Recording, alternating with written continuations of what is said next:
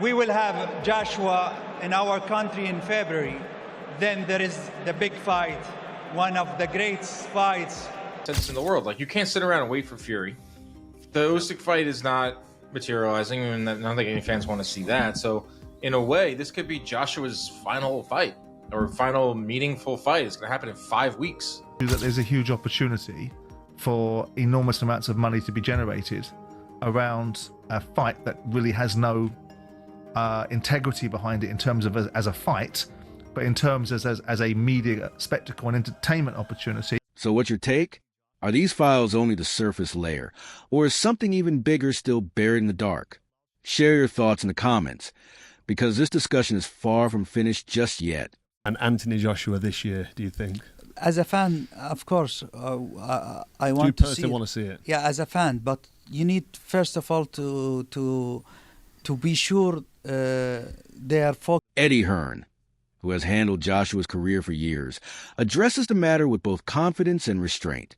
He insists that any major move involving Joshua should fit within the strategic plans developed alongside Turki Alalshikh, the influential force who has transformed the global boxing scene. Hearn views Alalshikh as the gateway to delivering massive events, especially the long-awaited showdown between Joshua and Tyson Fury.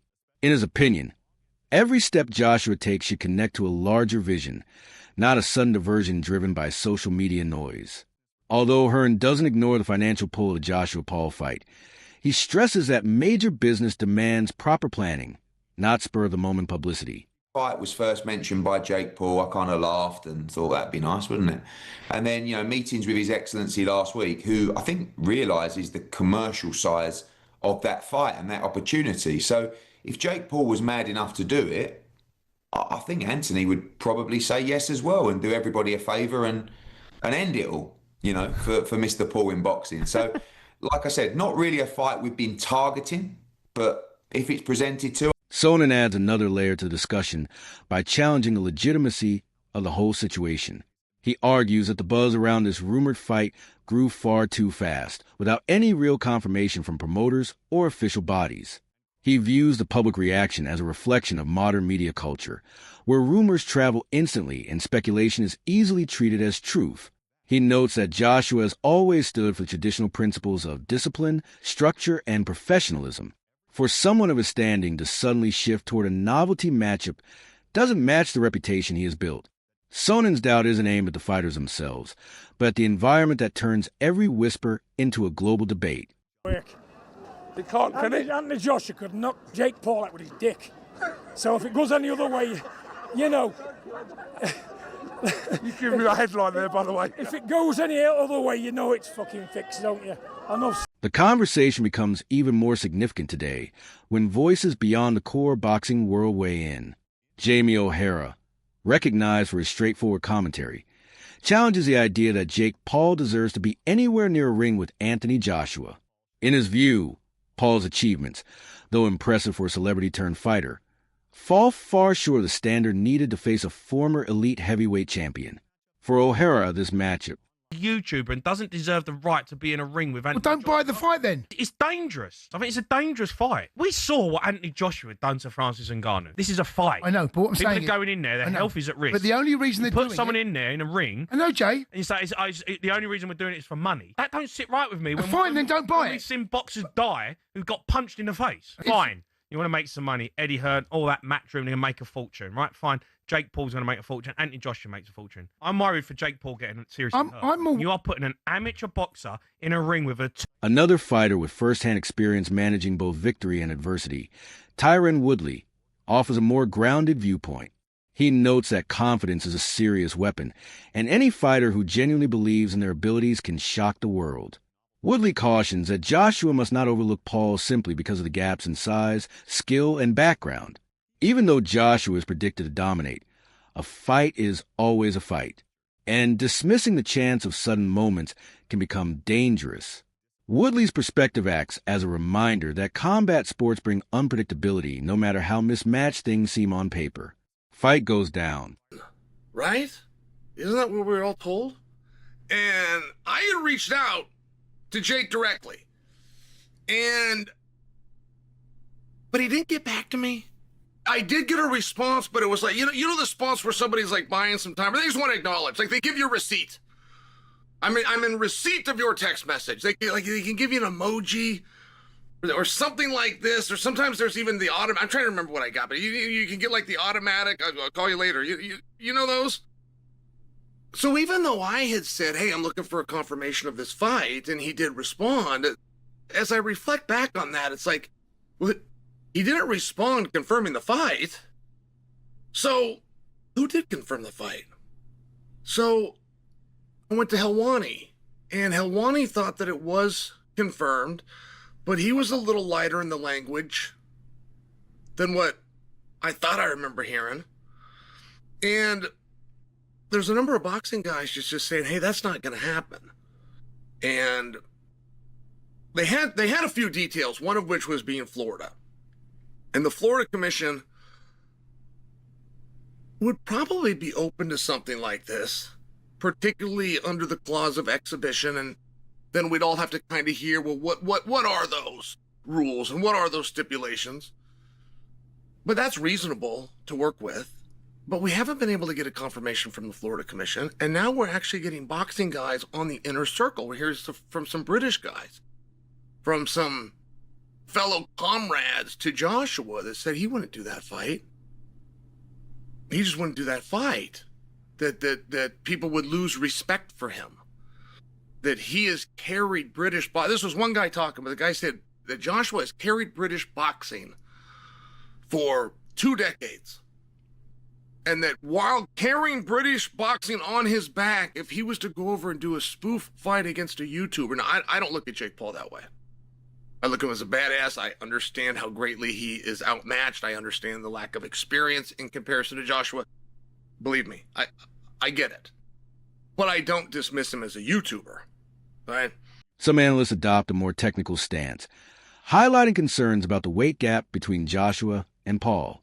Considering the massive difference in their natural sizes, many specialists insist the bout should follow exhibition guidelines for safety. Still, it seems the plan is to treat the meeting as an official professional boxing match, with every formal requirement included. These query conditions, as certain commentators describe them, relate to the elements that must be clearly set within the contract: weight, gloves, rounds, format, officiating, and overall stipulations that guarantee fairness. The concept of presenting such an uneven matchup as a legitimate fight raises concerns among purists who feel that certain standards should never be sacrificed. No matter how mismatched things appear on paper. The fight goes down. I mean, to be honest, when a fighter has belief in themselves, I never took Jake lightly. A lot of guys like, oh, he a YouTuber, he a Disney kid, but he does a good job of putting the smoke and mirrors up.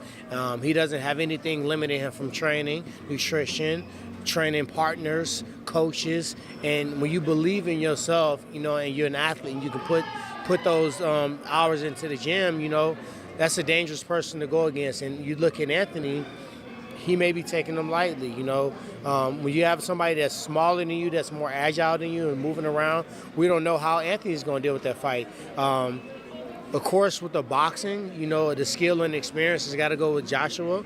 But Jake, look what AJ done to Francis Ngannou, right? I'll put that to you. Do you not see that happening the same way with Jake Paul? I mean, anybody can get caught with a punch. I got caught with a punch. Francis got hit with some shit, to be honest. So we didn't see a full fight. We didn't see, an exchange. We didn't see like we saw with Tyson Fury, where he, lasted most of the fight. So it's hard to judge off of that one. And they're such different fighters. Simon Jordan presents one of the toughest criticisms of the idea that Joshua would even consider this matchup. Known for his bold, no-nonsense views, Jordan insists Joshua shouldn't pursue a fight that adds nothing to his legacy. In his opinion, combat sports must uphold standards, and when an established heavyweight champion entertains a challenge from a YouTuber turned boxer, it weakens the sport's competitive integrity. Jordan believes money alone shouldn't drive choices, particularly for someone whose career has already made a major impact on the sport's history in the United Kingdom. I can't believe this is leaving my mouth. Anthony Joshua is going to be fighting Jake Paul. Now, this isn't even an exhibition bout. It's going to be on Netflix. It's going to be in Miami. It's going to be in December. And Jake Paul, if Anthony Joshua loses to Jake Paul, then that will not make any sort of sense whatsoever. Because on an athletic level, an experience level, a skill level, Anthony Joshua is several levels above Jake Paul. So surely this is going to be an exhibition bout. Surely this is going to be... There's surely going to be some shenanigans here. Because if Jake Paul gets into a real boxing match with Anthony Joshua, he's going to get absolutely destroyed. Like, there's no point in me... Like, I don't even need to break it down. What do you want me to break down here? And this is an easy payday for Anthony Joshua. And you know what? Fair play to him. People are going to criticise Anthony Joshua for fighting Jake Paul, but if he's really going to be fighting Jake Paul, which I don't think he is, then, bro, he can do whatever he wants to it. Literally. But then he just imagine... Oh, it's just crazy to think about. Fair play to Jake Paul, though, if this is a real boxing match. If I see exhibition attached to this... we'll know it's a sham. However, if I see that this is a real fight... Others highlight the absurdity of the path Jake Paul appears to be following. Before turning his attention to Joshua, he targeted Francis Ngannou, a fighter whose power and physical force surpassed anything Paul had previously faced. Though Paul has pursued opponents with massive profiles, the gap between his skills and the athletes he challenges remains substantial. Observers note that Paul's habit of jumping between names and concepts raises doubts about whether he will stick to any plan he publicly mentions. This is why Eddie Hearn often views Paul's claims carefully. Jake may be driven, but his direction shifts constantly with mood, opportunity, or publicity goals. It's about what Jake Paul does. And the reality is, there are 2 mega fights he's came very close to making in the last 12 months, and they weren't against Anthony Joshua or big motherfucking cruiserweights. They were against men smaller than him. Canelo Alvarez, which was fucking days away from being made, and Gervonta Tank Davis, who, if he hadn't have lost his last, or drawn his last fight rather, that fight would probably be made for this end of this year already. Both of them are mega money fights. Yes, they're much more skilled fighters than him, but he's got a big size advantage. You look at, a mega size advantage on Tank, even though Tank is, an amazing boxer. Canelo is looking older. He's probably thinking, fuck it. I'm in there with Canelo. Why the fuck not? It's calculated gambling, that. Yeah, you might still get your ass kicked, but at least you can have imagine a path to victory. And even if it is delusional, it's not Anthony Joshua delusional. The biggest fight for the most amount of money is his true goal. But when he talks about the world titles, it's more of a, why not? If I fucking get through that and I fucking still got my life intact, then why not roll the dice against a top guy? Badu Jack, for example, is a world champion. He is very over the hill. There's a fight I can imagine him maybe in a couple of years going, fuck it. If he's still champion, why not? But with the killers like Vidal Riley coming up... The discussion expands further when former champion Tim Bradley comments on the turmoil surrounding Paul's career decisions. Bradley recalls how Paul's planned fight with Gervonta Davis collapsed, leading to major financial losses for broadcasters, sponsors, and event organizers. This incident, he says, shows why many in the industry approach Paul's declarations with caution. When a fighter with a huge digital presence abruptly moves away from confirmed agreements, ripple effects spread across the business side of boxing. Bradley believes a sport cannot function smoothly if major plans repeatedly fall apart without notice. From a strategic angle, some observers think a fight with Jake Paul could slightly help Joshua.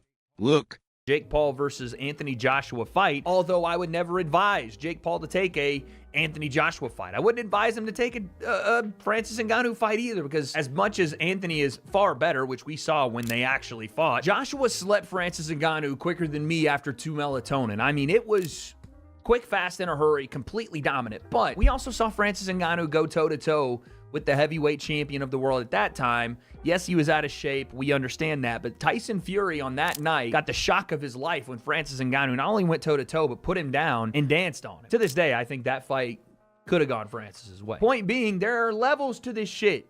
Not just in boxing, but in combat in general. And the size difference Francis would have over Jake would be incredible, but it would have been a great event. And a lot of people would have tuned in. Francis, though, is saying that's not happening. How can they go from Gervonta Davis to Francis Ngannou? Gervonta Davis is a fantastic boxer, and is a one-shot knockout artist. But come on, the weight different and everything, it make no sense. It's a good point. Obviously, Francis is right about the weight difference, but it's a good point in general for what do you do next? Jake has sparred guys like Shakur Stevenson, Ray Ford, Montana Love to try to prepare for Tank Davis. And even if you book this fight on December 12th or December 19th, that's still a completely different fight than you were going into. Completely different matchup, size-wise, skill-wise. Chris Algier points out that return to action after a gap requires rhythm and confidence. And a high-profile but manageable matchup may help Joshua regain his momentum. While facing an opponent far below his usual caliber doesn't enhance his legacy, it may give Joshua a chance to sharpen his instincts and re-enter the competitive mindset. Even so, Algier admits that the spectacle nature of the event overshadows any athletic merit may have. On Tank real quick. You gotta be the dumbest dude, in the history of boxing, bro. $40 million, dog, down the drain. You gotta be the dumbest dude I've ever seen in the history of boxing, bro. Seriously. I'm like, $40 million, bro. Wealth. Literally wealth, bro. Going down the drain. I don't understand it. I can't make the... I don't understand it. But I'll tell you this. MVP promotions, whatever the hell y'all call it, most valuable promotions, shit, more like rookie promotions. Yeah, more like rookie promotions. You didn't know what you were dealing with. You had no clue. This has always been down Tank's alley, man. Now, let me just say one thing. You innocent until proven guilty. Ain't no charges been pending on Tank at all. But I'm just saying, this has always came up within the last few fights of Tank's career. Yeah, it has. And MVP, more like RP, rookie promotions, yeah, y'all should have had a backup plan. You should have had a backup fighter. Yup. You live and you learn. Oh, absolutely. You live and you learn. You should have had a plan B, just in case this man, Tank Davis, don't show up. Yeah.